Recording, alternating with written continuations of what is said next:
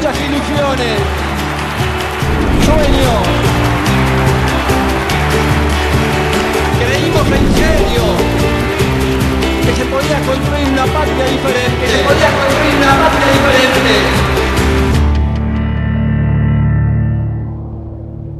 Néstor Kirchner, la película.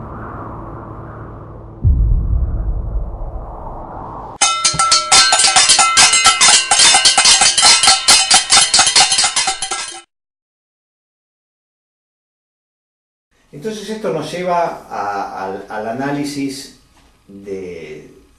digamos, de las personalidades de la psicología del actor político, y a mí me parece que es fundamental entender su para qué. Y ese para qué lo podemos a su vez dividir con propósitos didácticos en un para qué personal y en un para qué vinculado a su causa política. Entonces hay una causa personal y una causa política. Y lo que es interesante de analizar, a mi juicio, es hasta qué punto son sinérgicas las causas personales con las causas políticas. Y hasta qué punto la causa personal es la causa política o no, o la causa política está al servicio de una causa personal, pero no es la causa principal. Parece un juego de palabras, parece muy enrevesado, pero voy a intentar aclararlo. Entonces, por ejemplo, me parece útil para hacer esa aclaración, y ya circunscribiéndonos a actores políticos contemporáneos y de la Argentina contemporánea, vamos al tema de Néstor Kirchner. Y yo creo que el tema de Néstor Kirchner es un caso muy típico de asimetría entre la causa política declamada o declarada y la ambición política personal, el para qué personal. Y a mí me parece que acá, más allá de estar de acuerdo, ¿no?, con los ideólogos del kirchnerismo, yo creo que la sumatoria de hechos muestra la evidencia del caso en que un líder político hace todo lo que hace en pos de un afán personal. Ese afán personal, ese para qué, en el caso de Néstor Kirchner, es la acumulación del poder por la acumulación del poder mismo. Es como si la lógica que lo rigiera es cuanto más poder tenga, mejor. Y además con ciertas características muy interesantes que para mí explican parte del kirchnerismo. Yo en otro contexto dije, el kirchnerismo es ambición de poder en dos dimensiones, espacial y temporal. Espacial es quiero todo, temporal es lo quiero siempre, a perpetuidad. Entonces me parece que eso hace que digamos, el plan político manifiesto, el modelo y todas las vicisitudes, porque además esto no es algo que apareció de una vez con una forma y después quedó profundizándose, como suelen decir en el seno del kirchnerismo, sino que más bien fue mutando a lo largo del tiempo. Es decir, al principio había un concepto de transversalidad y había un concepto de refundar o fundar por primera vez un país en serio, y eso después uno lo compara contra el kirchnerismo tardío, posterior y el cristinismo, y ve que hay diferencias muy sustantivas.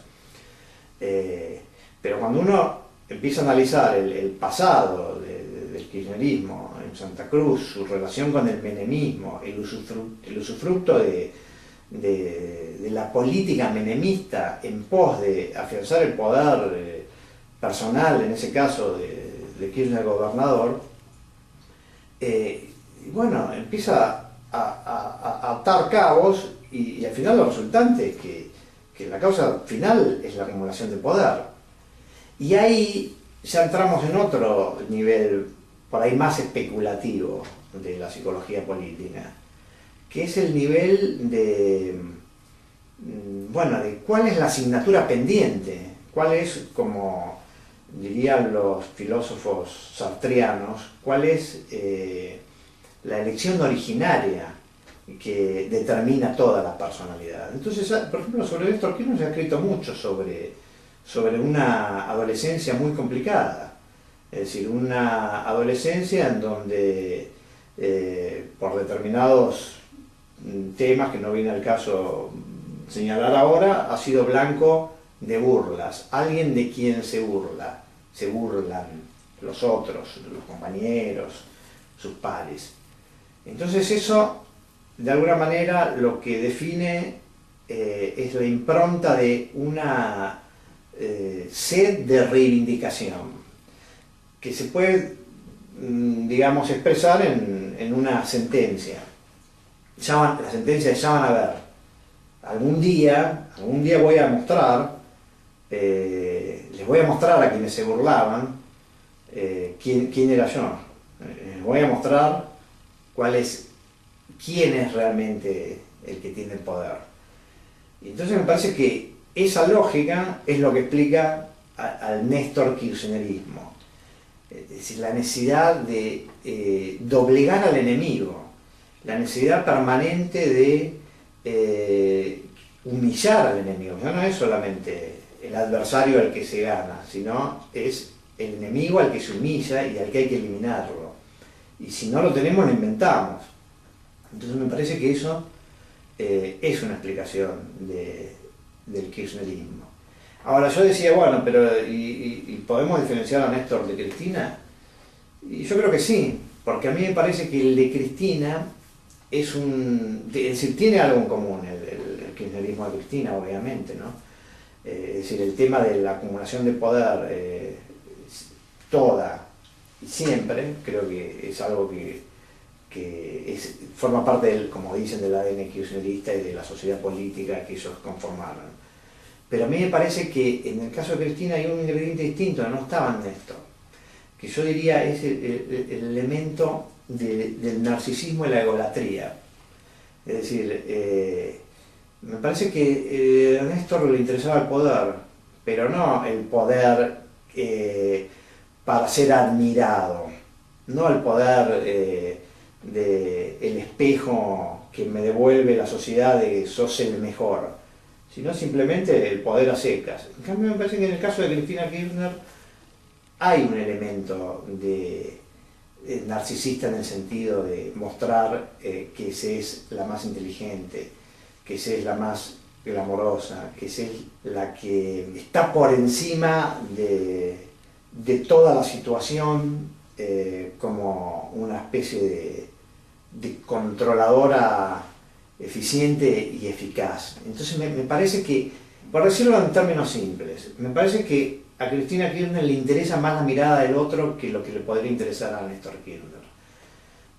Me parece que lo de Néstor Kirchner tenía que ver la relación con el otro, esta es otra dimensión del análisis de la psicología política. Me parece que Néstor Kirchner era muy clara, el otro era alguien para avasallar. Y por ahí el admirador de esa lógica, de esa situación interesaba menos. En cambio me parece que en el caso de Cristina Kirchner interesa más. Es decir, el deseo de admiración me parece que es una impronta específica del cristinismo y que la diferencia del caso de Néstor Kirchner.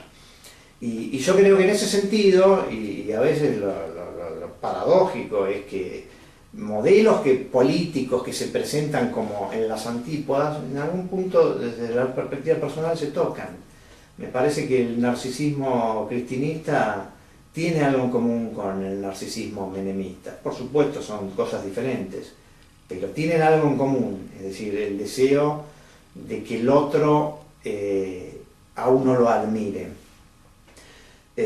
Bueno, creo que estos son elementos, digamos, preliminares como para pensar en este aporte que podría realizar la psicología política como para esclarecer algunos aspectos de la política.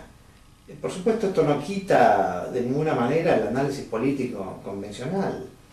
Sería un abuso, un exceso, sería un despropósito reducir todo el análisis político a la mirada psicológica. pero recíprocamente creo que la mirada psicológica sí realmente realiza un aporte que en todo caso es subsidiario y complementario del análisis político convencional.